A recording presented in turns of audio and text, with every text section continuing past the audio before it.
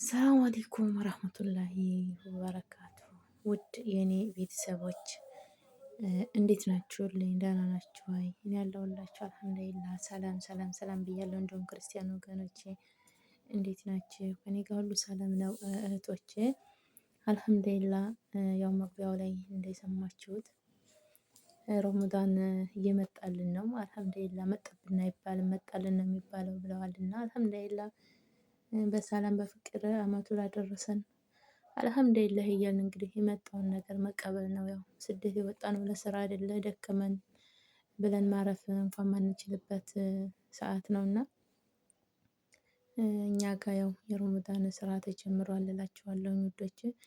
በመጀመሪያ ቤተሰብ የሚሆናችሁ ሸር ላይክ ሰብስክራይብ እያደረጋችሁ ኮሜንትም አስተያየት እየሰጣችሁ እንዲታበረታቱኝ እፈልጋለሁኝ። ቤተሰብም ያልሆናችሁ ደግሞ ሰብስክራይብ አድርጉ። ቤተሰብ የሚሆናችሁ ላይክ ሼር እያደረጋችሁ እንድታበረታቱኝ እፈልጋለሁ። ቪዲዮውን እስከመጨረሻው እንድታዩልኝ በትህትና እጠይቃለሁኝ። ስደተኛዋ እህታችሁ ነኝ እኔ ውዶች አዲስ ጀማሪ ነኝ። እንድታበረታቱኝ በጣም በጣም በጣም እፈልጋለሁኝ። እና ያው ይሄንን እንትን ስል ሳይለንት ያደረኩት ያው ይሄ መኪናው በጣም ነበር እና የሚጮኸው ችግር ካመጣብኝ ብዬ ነው። በዛ ላይ ሰዎቹም ምናምን ስላለው ለዛ ነው ውዶቼ። ያው ይሄ እንደምታዩት ሩዝ ነው። ያው መግቢያው ላይ አስቀምጬላችኋለሁኝ እና ከሩዝ የተሰራ ያው የሚጠበስ በእነሱ አባባል እኔ እዚህ ቤት መጀመሪያ ሳየው ነው።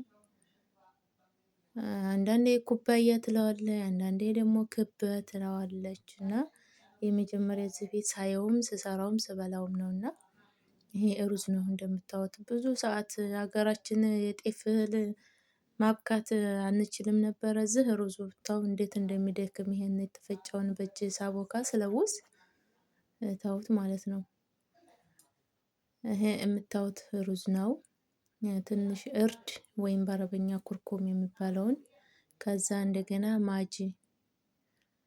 ማጂ እርድ ተደርጎ ይበስላል ሩዙ።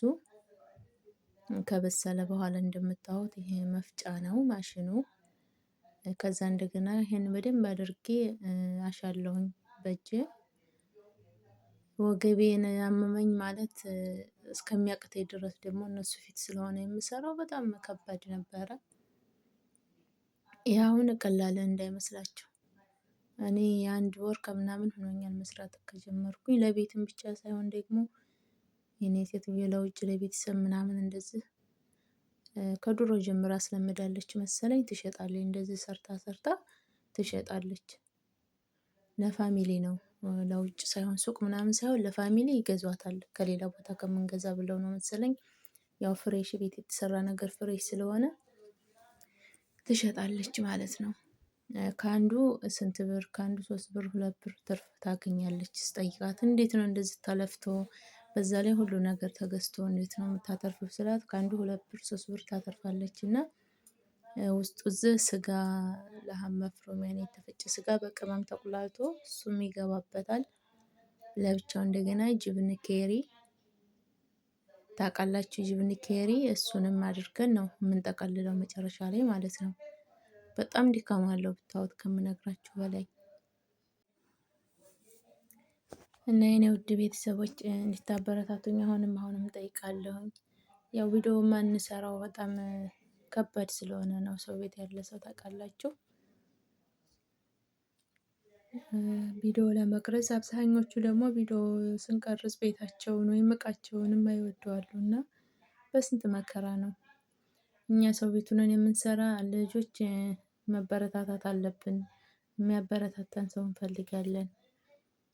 እርስ በራሳችን እየተጋገዝን አይዟችሁ እየተባባልን አላህ ከስደት ከሰው ቤት አውጥቶ የራሳችንን እንጀራ እስከሚሰጠን ድረስ እንስራ እላለሁኝ የኔ ውዶች።